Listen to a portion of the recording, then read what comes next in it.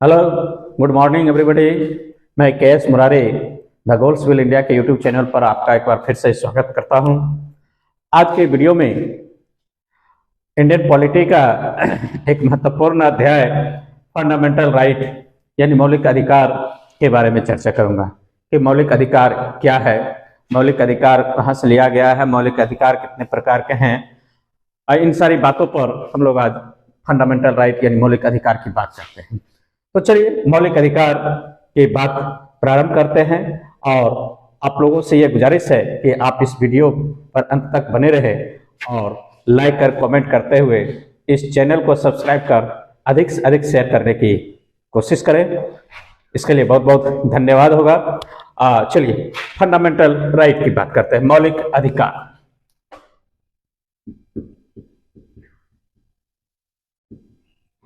मौलिक अधिकार,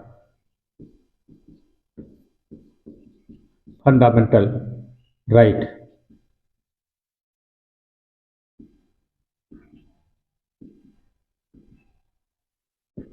fundamental right, सबसे पहले हम यह जानने की कोशिश करते हैं कि फंडामेंटल राइट यानी मौलिक अधिकार क्या है। तो मौलिक अधिकार वे अधिकार होते हैं जो व्यक्ति के जीवन एवं व्यक्ति के विकास के लिए अनिवार्य होने के कारण संविधान द्वारा नागरिकों को प्रदान किया जाता है। क्या किया जाता है? संविधान द्वारा नागरिकों को प्रदान किया जाने वाला वो अधिकार है जो व्यक्ति के जीने यानी व्यक्ति के जीवन और उसके विकास के लिए एक आवश्यक तत्व होते हैं।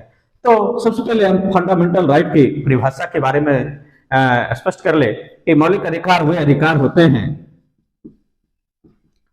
मौलिक अधिकार वे अधिकार होते हैं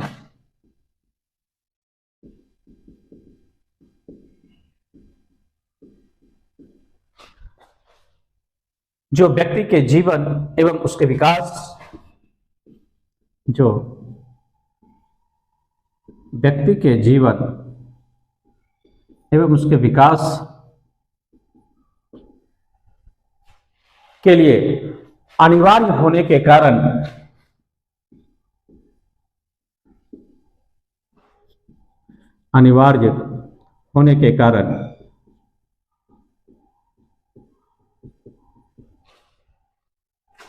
संविधान द्वारा नागरिकों को प्रदान किए जाते हैं। संविधान द्वारा नागरिकों को प्रदान किए जाते हैं।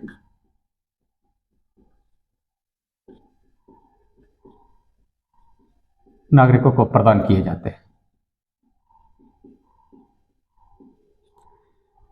व्यक्ति के जीवन और व्यक्ति के विकास के लिए जो अनिवार्य तत्व होते हैं, उस तत्व को संविधान द्वारा नागरिकों को जो प्रदान किया जाता है, जो अधिकार प्रदान किया जाता है, उसे फंडामेंटल राइट यानी मौलिक अधिकार कहते हैं। व्यक्ति के इन अधिकारों में, व्यक्ति के इन अधिकारों में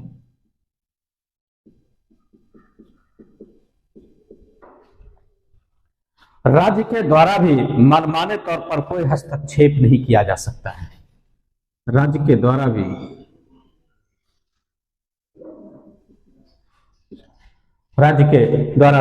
मनमाने तौर पर कोई हस्तक्षेप नहीं किया जा सकता है। राज्य के द्वारा भी मनमाने तौर पर कोई हस्तक्षेप, इंटरफेयर नहीं किया जा सकता है।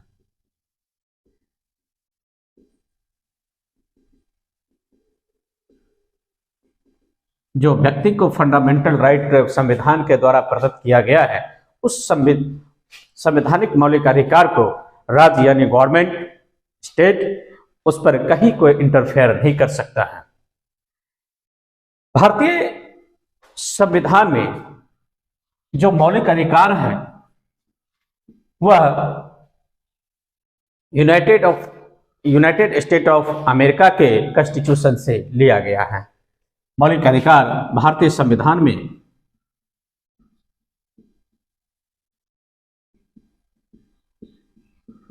संयुक्त राज्य अमेरिका के संविधान से लिया गया है। संयुक्त राज्य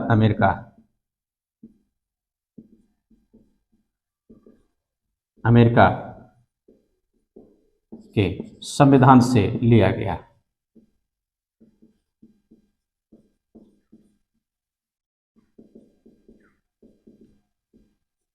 फंडामेंटल राइट यूएसए के कॉन्स्टिट्यूशन से लिया गया है। यह विश्व का सबसे विस्तृत अधिकार पत्र है। फंडामेंटल राइट जो है विश्व का सबसे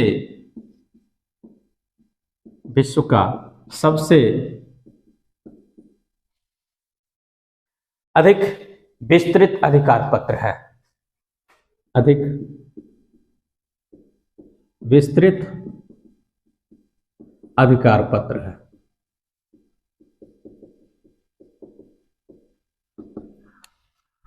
भारतीय लोकतंत्र की एक खूबसूरती है कि भारतीय लोकतंत्र में जो रहने वाले लोग हैं, नागरिक हैं, उसको इतना व्यापक अधिकार पत्र इस भारतीय संविधान में दिया गया है। भारतीय संविधान के भाग 3 में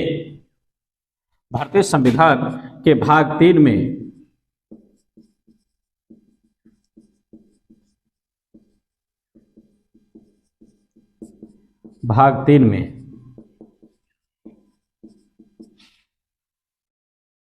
मौलिक अधिकारों के संबंध में कुल 23 अनुच्छेद वर्णित हैं। कुल 23 भाग 3 में मौलिक अधिकार के संबंध में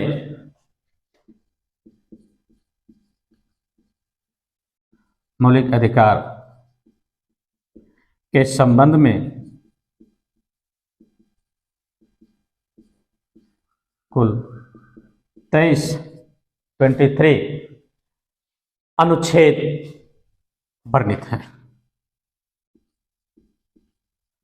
अनुच्छेद है 23 और ये 23 अनुच्छेद जो है नंबर ऑफ आर्टिकल है, ना कि सीरियल है। तो इसमें आर्टिकल 12 से लेकर अनुच्छेद 12 से लेकर 23 एवं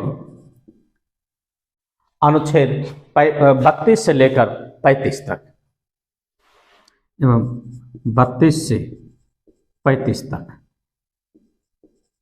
यानी अनुच्छेद संख्या 12 से लेकर अनुच्छेद संख्या 30 तक और अनुच्छेद संख्या 32 से लेकर अनुच्छेद संख्या 35 तक भारतीय संविधान में मौलिक अधिकार की चर्चा है। आप कहेंगे कि 31 कहा गया, तो 31 जो है उसमें राइट टू एसेट था, यानी संपत्ति का अधिकार था, जो 1978 ईस्वी में 44वें संविधान संशोधन के द्वारा जो उसे मौलिक अधिकार से निरसित करके जो है सो लीगली राइट में शामिल कर दिया गया। उस पर भी अभी हम चर्चा करें। ठीक, तो मौलिक अधिकार वे अधिकार होते हैं जो व्यक्ति के जीवन और विकास के लिए अनिवार्य होने के कारण संविधान द्वारा प्रदान किया जाने वाला नागरिकों को वो अधिकार है, जिसे मौलिक अधिकार कहते हैं। तो भारतीय संविधान में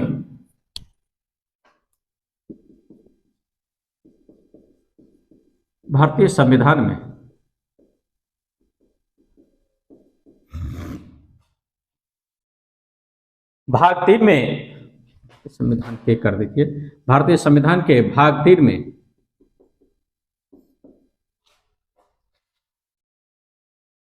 नागरिकों को 7 मौलिक अधिकार प्रदान किए गए थे। भाग 3 में नागरिकों को कुल 7 मौलिक अधिकार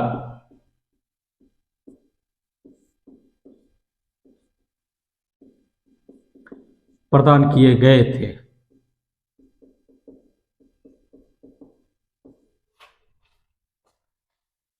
किंतु 44वें संविधान संशोधन अधिनियम 1978 के द्वारा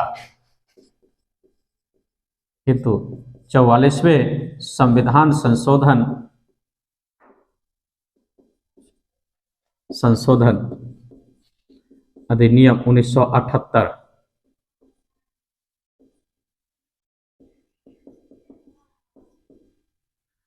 1978 के द्वारा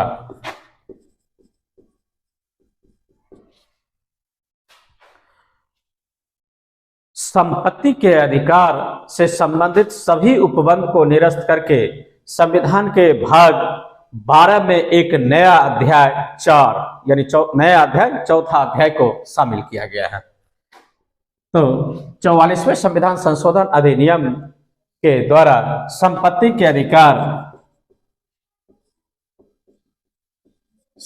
के अधिकार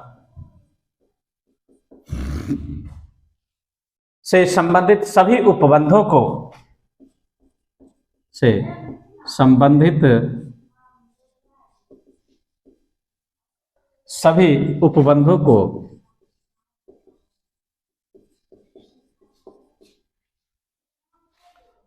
निरस्त करके, इन्हें डिलीट करके, निरस्त करके संविधान के भाग 12 में एक नया अध्याय संविधान के भाग 12 यानी 12 संविधान के भाग 12 में एक नया अध्याय 4 जोड़ा गया। एक नया अध्याय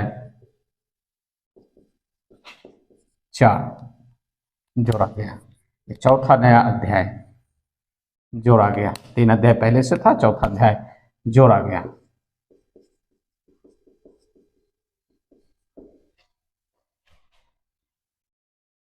इस नए चौथे अध्याय में केवल एक ही अनुच्छेद 300 का ए उल्लेखित है।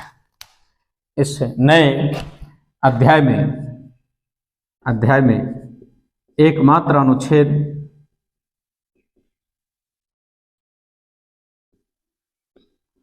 300 ए है। ठीक, तो इस 300 ए में कहा गया है कि संपत्ति का अधिकार अन्य मौलिक अधिकार की तरह संवैधानिक संरक्षण प्राप्त नहीं है।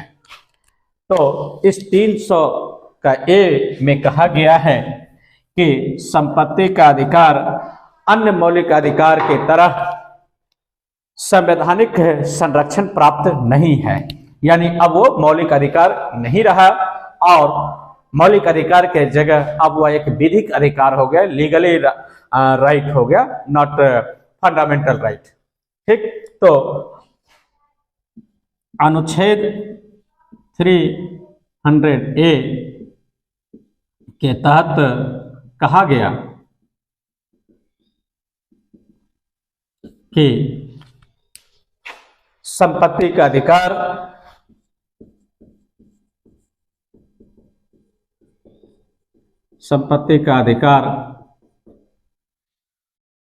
अन्य मौलिक अधिकार की तरह, अन्य फंडामेंटल राइट की तरह संवैधानिक संरक्षण प्राप्त नहीं है। संवैधानिक संरक्षण प्राप्त नहीं है।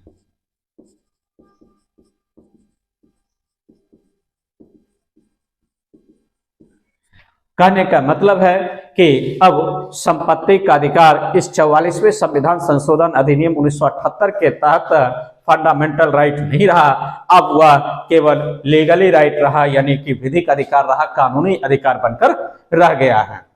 तो इस तरह से ये जो संपत्ति का अधिकार था, भारतीय संविधान के भारतीय जो मूल संविधान था उसमें अनुच्छेद 31 में इसकी चर्चा थी। पहले अनुच्छेद 31 में इसकी चर्चा थी। इसी को निरसित करके अनुच्छेद 300 का ए में शामिल करके और बता दिया गया कि this is not fundamental right, only this right is only and only legally right. तो इस तरह से संपत्ति का अधिकार को अब मौलिक अधिकार नहीं माना गया। इसलिए अब भारतीय नागरिकों के लिए 6 ही फंडामेंटल राइट उपलब्ध है भारतीय संविधान के द्वारा। इसलिए भारतीय नागरिकों को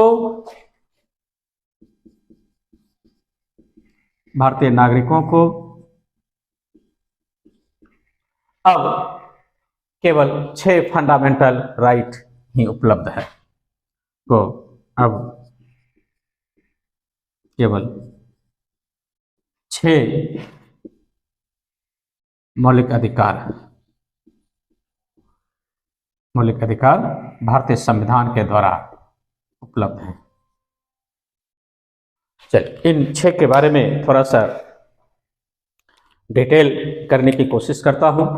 वीडियो में आप अंत तक बने रहें और लाइक करके कमेंट करते हुए सब्सक्राइब अवश्य करें और इस लिंक को अधिक से अधिक शेयर करने की कोशिश करें।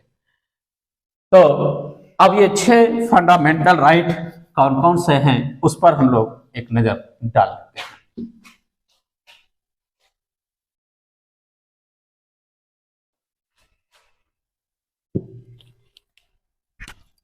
फंडामेंटल राइट,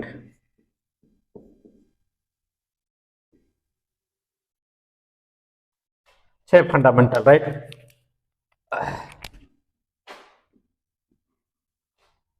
संपत्ति का अधिकार,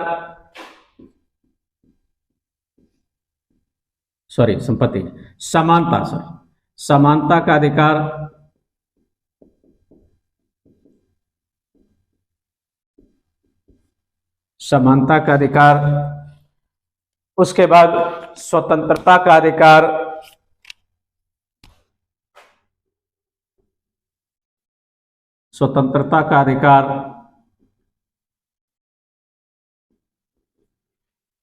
उसके बाद शोषण के विरुद्ध संरक्षण का अधिकार,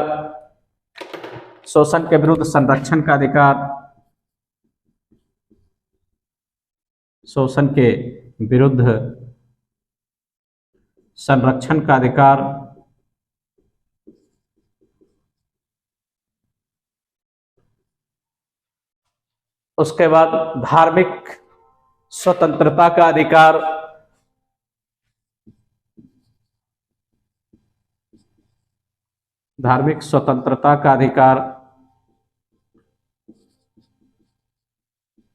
सारे मौलिक अधिकार को हम एक एक करके अध्ययन करेंगे। उसके बाद धार्मिक स्वतंत्रता के बाद शिक्षा व संस्कृति का अधिकार,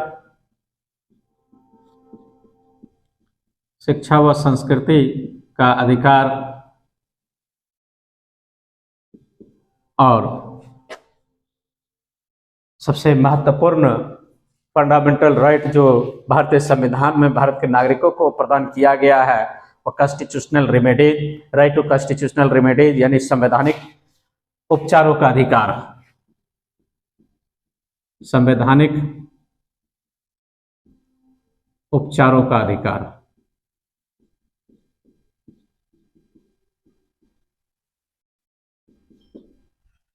ये 6 मौलिक अधिकार भारतीय संविधान में अभी वर्तमान में भारतीय नागरिकों को प्रदान किया गया है। ये समानता का अधिकार जो है वो अनुच्छेद 14 से लेकर 18 तक, आ गया। ये स्वतंत्रता का अधिकार का जो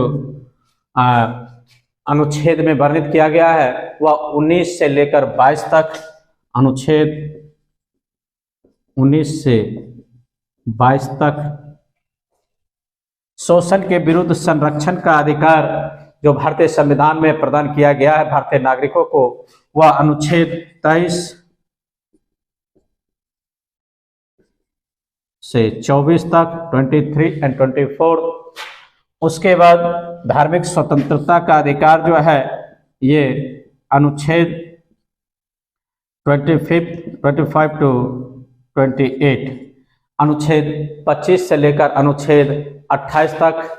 शिक्षा व संस्कृति का अधिकार जो भारतीय संविधान में भारतीय नागरिकों को दिया गया है वह अनुच्छेद 29 एंड 30 यानी अनुच्छेद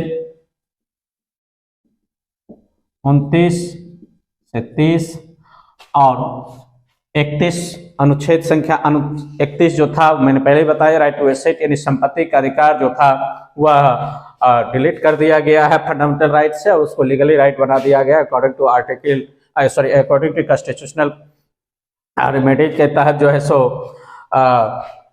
ये अनुच्छेद 300 का ए में रख दिया गया है, संविधान संशोधन करके। संवैधानिक उपचारों का अधिकार अनुच्छेद 32 से 35 तक की चर्चा। तो इस तरह से फंडामेंटल राइट को हम एक पिक्टोरियल स्टडी के तहत अध्ययन करेंगे, और यह हर कंपटीशन में इंपॉर्टेंट रहता है, और कंपटीशन के अलावे भी भारत के नागरिकों को अपने मौलिक अधिकार के बारे में जागृत रहना चाहिए। तो यह रहा आपका फंडामेंटल राइट। चलिए एक एक करके हम लोग चर्चा करेंगे आज के इस वीडियो में।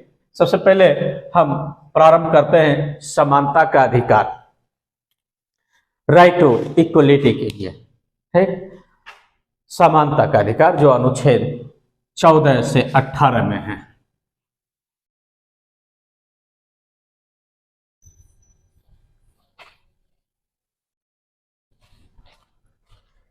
अनुच्छेद 14 से 18 समानता का अधिकार, समानता का अधिकार।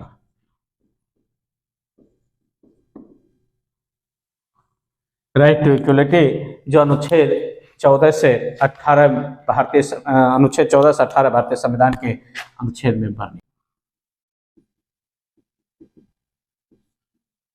14 से 18 अनुच्छेद 14 की बात करते हैं। 14 इस अनुच्छेद में कहा गया है कानून के समक्ष समानता एवं कानून के समान संरक्षण का अधिकार। कानून के समक्ष समानता और कानून के समान संरक्षण का अधिकार, यानी विधि के समक्ष समानता तथा कानून के समान संरक्षण का अधिकार।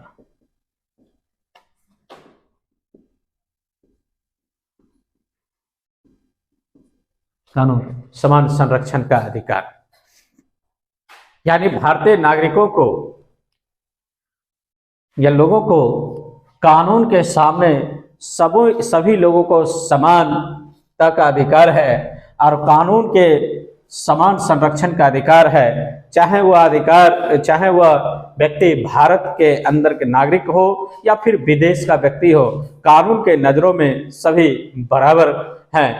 तो जो कानून का संरक्षण भारत के लोगों को प्राप्त है, वह विदेशी लोगों को भी भारत के लोगों के समान ही संरक्षण का अधिकार प्रदान किया गया है ना। इसका उदाहरण आप कसाब मामले में देखे होंगे, जिस तरह से भारतीय लोगों को कानून के सामने संरक्षण प्रदान किया जाता है कोई भी आपराधिक कार्य करने में, उसी तरह से उसे भी कानून के समान संरक्षण का अधिकार प्रदान किया गया था। तो कानून के समान समानता और कानून के समान संरक्षण का अधिकार प्राप्त है। एक वीडियो में दूंगा जिसमें मैं बताऊंगा कि कौन कौन सा मौलिक अधिकार भारत के नागरिकों को उपलब्ध है और कौन कौन सा अधिकार जो है सो विदेशियों को भी उपलब्ध है। उस पर मैं अलग से एक लेक्चर के साथ मैं वीडियो दूंगा। तो इस तरह से भारत में हर एक व्यक्ति को समानता का अधिकार है, चाहे वो एलिट क्लास को हो, एक सामान्य लोग हो, चाहे रिक्शा मजदूर हो, चाहे संपत्ति वाला हो या फिर व्यापारी हो, अधिकारी हो, सारे लोगों को कानून के समक्ष समानता का अधिकार है और कानून के समान संरक्षण का अधिकार प्रदान। अनुच्छेद 15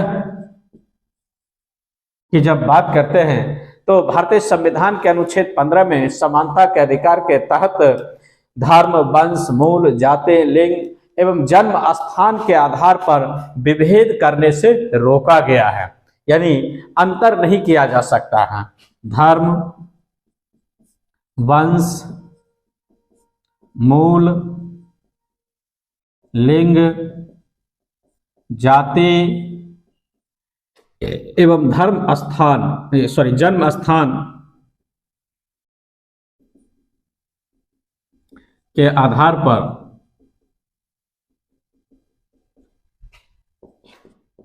विभेद का निषेध है।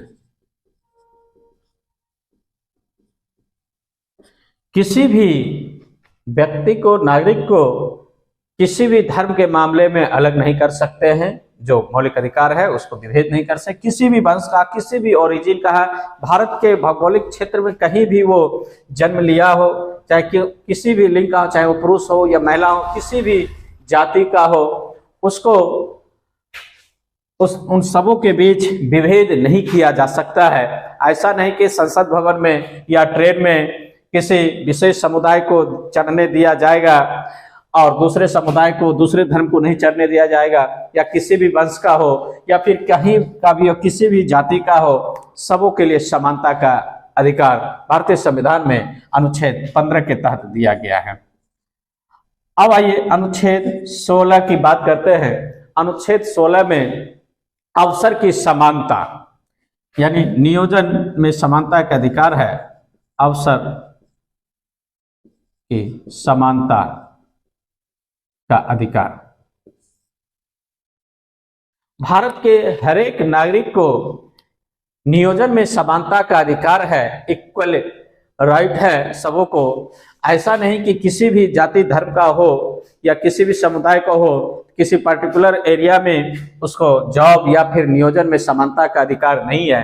तो हर एक व्यक्ति को वो अधिकार प्राप्त है, चाहे वो एलीट क्लास का हो, चाहे वो किसी भी समुदाय का हो। तो हर एक लोगों को अवसर की समानता है, यानी नियोजन में समानता का अधिकार है। नियोजन में समानता का अधिकार आप देखते हैं कोई एडवर्टीजमेंट आता तो उसमें स्पष्ट रूप से लिख दिया था भारत के सभी नागरिकों से निविदा या फिर जो है सो आवेदन आमंत्रित किए जाते हैं, है ना।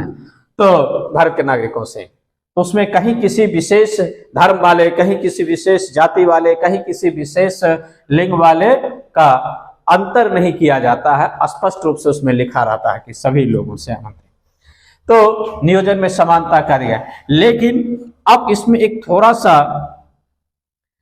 अनुच्छेद 16 के 4 की बात हम करते हैं। 16 का 4, इस 16 के 4 में रीजनेबल रिस्ट्रिक्शन की चर्चा है। इज राइट टू अपॉर्चुनिटी में रीजनेबल रिस्ट्रिक्शन की बात है, यानी अवसर की समानता में युक्ति युक्त निर्बंधन की चर्चा है, और जिसको रीजनेबल रिस्ट्रिक्शन कहा जाता है। तो इस रीजनेबल रिस्ट्रिक्शन के तहत उस अवसर की समानता को कम किया जाता है। इसको सामान्य तौर पर समझ सकते हैं कि इस रीजनेबल रिस्ट्रिक्शन के तहत जो है सो एक विशेष सुविधा प्रदान किया जाता है, और उस युक्त निर्बंधन के तहत जो अवसर की समानता जो लाते हैं उसमें थोड़ा सा बाइफरकेट किया जाता, अंतर किया जाता है। और रीजनेबल रिस्ट्रिक्शन के तहत अवसर और सुविधा विशेष वर्ग के विशेष लोगों को दिया जाता है, यानी अवसर की सुविधा प्रदान किया जाता है। और इसके लिए जो है संयोजन में असमानता नहीं कर सकते हैं, क्योंकि भारत के समस्त लोगों को एक समान प्लेटफॉर्म पर लाने के लिए इस रीजनेबल रिस्ट्रिक्शन का संविधान में उल्लेख किया गया है, और इसको हम आरक्षण कह सकते हैं। आरक्षण, और आप देखते होंगे कि आरक्षण यानी सुविधा प्रदान करके जो है सो जो सामाजिक रूप से, शैक्षणिक रूप से और आर्थिक रूप से कमजोर जाति या कमजोर वर्ग होता है, चाहे वो आर्थिक रूप से हो या फिर सामाजिक रूप से हो या फिर शैक्षणिक रूप से जो हमारे समाज का जो हाशिए पर रहने वाला समुदाय है उसको विशेष अवसर की सुविधा यानी आरक्षण की व्यवस्था करके यहाँ अवसर में समानता लाने की कोशिश किया गया है कि बहुत व्यापक संख्या वाले लोग जो किसी कारणवश, चाहे वो आर्थिक रूप से कमजोर हो या फिर सामाजिक रूप से कमजोर हो, समाज की मुख्य धारा में या नियोजन में नहीं शामिल हो पा रहे हैं, तो उसको विशेष आर्थिक और विशेष अवसर की सुविधा उपलब्ध कराया जाता है, जिसको कि आरक्षण कहा गया है, रिजर्वेशन उसको दिया गया और तब उसको समानता का अधिकार प्रदान किया गया है। यानी हर एक समाज के हर एक लोगों को एक अच्छे पद पर, एक अच्छे अवसर की सुविधा उपलब्ध कराने के लिए यह रीजनेबल रिस्ट्रिक्शन अनुच्छेद 16 के 4 में शामिल किया गया है। आगे आइए अनुच्छेद 17 की बात करते हैं। आर्टिकल 17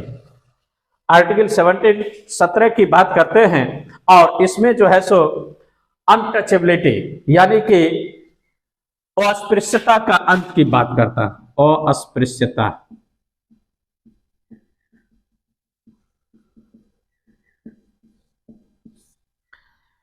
यानी छुआछूत को समाप्त करने का के लिए जो बातें हैं वो अनुच्छेद 17 में स्पष्ट रूप से लिखा गया है कि किसी भी व्यक्ति के साथ, चाहे वो किसी भी समुदाय का हो, किसी भी जाति का हो, किसी भी धर्म का हो, किसी भी लिंग का हो, उसके साथ छुआछूत की भावना नहीं रखना है या फिर छुआछूत को जो है सो संवैधानिक रूप से जो है सो कानूनी दंड माना गया है। छुआछूत से उत्पन्न किसी अयोग्यता को लागू करना एक दंडनीय अपराध माना गया है। इसके संदर्भ में लिख देता हूं, कुछ छुआछूत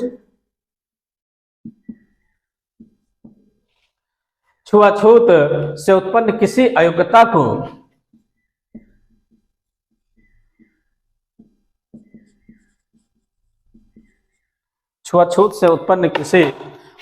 को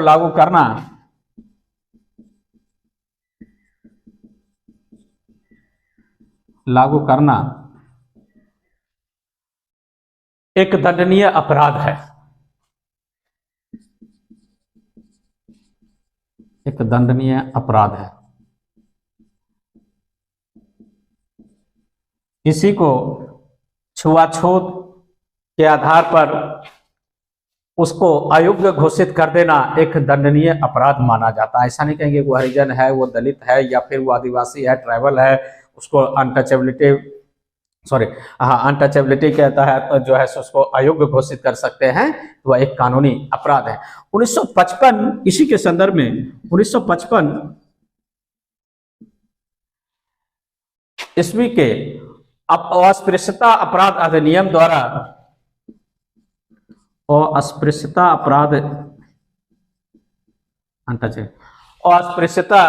अपराध अधिनियम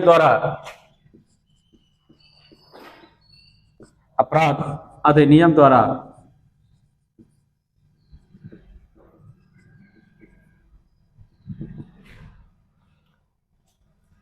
अस्पृश्यता को दंडनीय अपराध घोषित किया गया है। अस्पृश्यता को दंडनीय अपराध घोषित किया गया।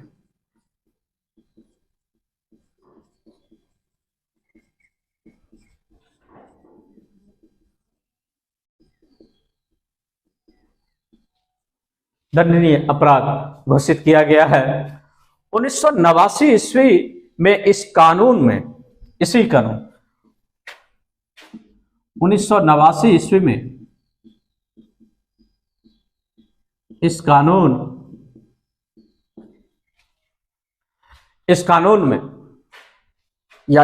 को अनुसूचित जाति अनुसूचित जनजाति निरोधक कानून का नाम दे दिया गया है।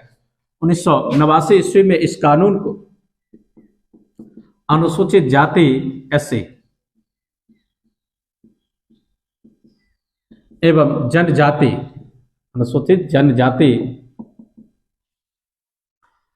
निरोधक कानून 1989 नाम दिया गया।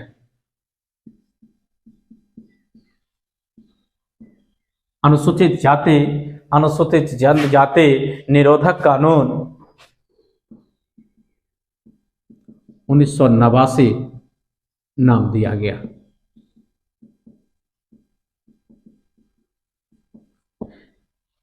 आप देखते हैं SC/ST के लिए स्पेशल कोर्ट, स्पेशल थाना भी इसी के लिए, अनटचेबिलिटी को समाप्त करने के लिए ही बनाया गया है। तो इस तरह से अनुच्छेद 17 जो है सो अस्पृश्यता का अंत, यानी भारत के हर एक नागरिक, हर एक लोगों के लिए यह अधिकार दिया गया है कि उसके साथ अमानवीय व्यवहार या छुआछूत की भावना कोई नहीं रखा। अब आगे अनुच्छेद 18 की बात कर लेते हैं, समानता के अधिकार के तहत ही। तो अनुच्छेद 18 में कहता है भारतीय संविधान में कि उपाधियों का अंत, उपाधियों का अंत, अनुच्छेद 18 के तहत उपाधियों का अंत,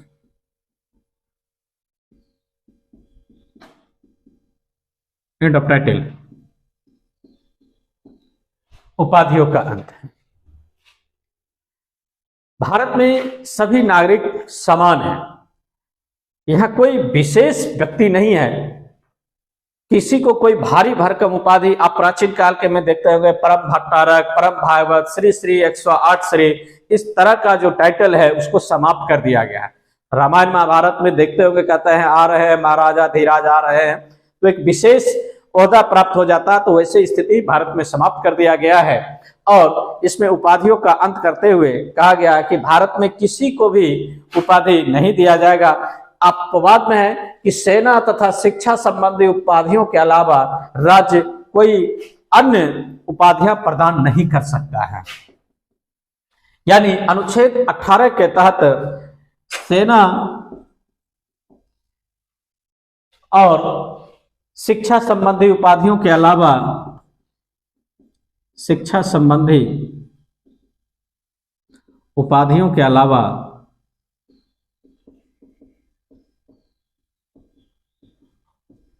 राज्य अन्य कोई उपाधियां प्रदान नहीं कर सकती है। अन्य कोई उपाधियां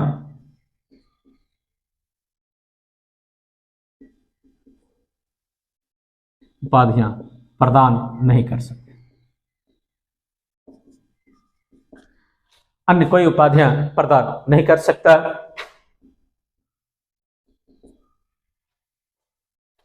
सेना में आप देख रहे हैं सचिन तेंदुलकर या MS धोनी को भी राज्य जो है सो उसे ब्रिगेडियर या फिर लेफ्टिनेंट कर्नल, इन सारे उपाधियों, या फिर शिक्षा में देखते हैं डॉक्टरेट की उपाधि, जरूरी नहीं कि PhD कर कहें अमिताभ बच्चन हो या फिर शाहरुख खान को भी देख लेते हैं कि डॉक्टरेट की उपाधि भी कोई दे सकता है।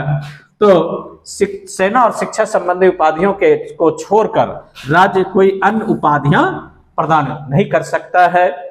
साथ ही साथ इस भारतीय संविधान का अनुच्छेद 18 में इस बात की भी चर्चा है कि भारत का कोई भी नागरिक बिना राष्ट्रपति के आदेश से या बिना राष्ट्रपति की आज्ञा से विदेशी राज्य से भी कोई उपाधि धारण नहीं कर सकता है। साथ ही साथ यह भी कहा गया है कि भारत का कोई भी नागरिक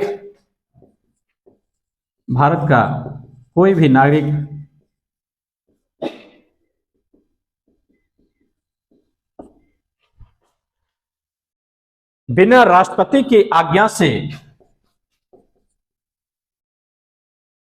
बिना राष्ट्रपति की आज्ञा से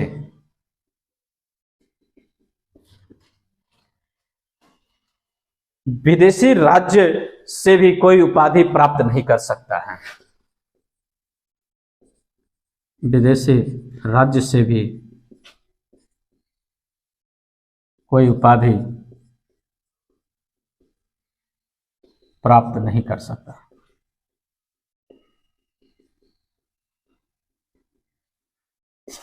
यदि किसी को लीजेंड ऑफ फ्रांस अवार्ड मिलता है, यानी फ्रांस दे रहा है या अमेरिका दे रहा है, तो राष्ट्रपति से आज्ञा लेने के बाद ही उस उपाधि को ग्रहण करने के लिए जा सकता है। नहीं तो गावस्कर जैसे क्रिकेटर, महान क्रिकेटर को भी सर की उपाधि मिला था ब्रिटेन के द्वारा, लेकिन राष्ट्रपति की अनुमति नहीं मिला, जिस कारण से उनके समकक्ष वाले Richard sadly, sir Richard sadly कहा जाता है, सर डॉन ब्रैडमैन कहा जाता है, लेकिन सुनील गावस्कर को सर सुनील गावस्कर नहीं कहा जाता, चूंकि राष्ट्रपति की परमिशन नहीं मिलता है। तो राष्ट्रपति यदि आज्ञा दे देता है तब विदेशी राज्य से भी आप उपाधि प्राप्त कर सकते हैं। तो इस प्रकार से भारत में नागरिकों को समानता के अधिकार प्रदान करते हुए अनुच्छेद 14 से 18 में विभिन्न तरह के अधिकार, समानता के अधिकार प्रदान किए गए हैं। तो आगे स्वतंत्रता का जो मौलिक अधिकार है उस पर मैं अगले वीडियो में प्रस्तुत करूंगा। आज समानता के अधिकार को हम लोग बहुत अच्छे से बारीकी से समझने की कोशिश किए हैं। तो मैं समझता हूं कि आज का यह फंडामेंटल राइट का पहला वीडियो अच्छा लगा होगा, और अच्छा लग गया हो तो आप इस वीडियो को लाइक कर एक बार फिर से कमेंट करते हुए सब्सक्राइब कर इस लिंक को अधिक से अधिक शेयर करें। इसके लिए बहुत बहुत धन्यवाद हो। थैंक यू इस वीडियो को वॉचिंग करने के लिए। Thank you.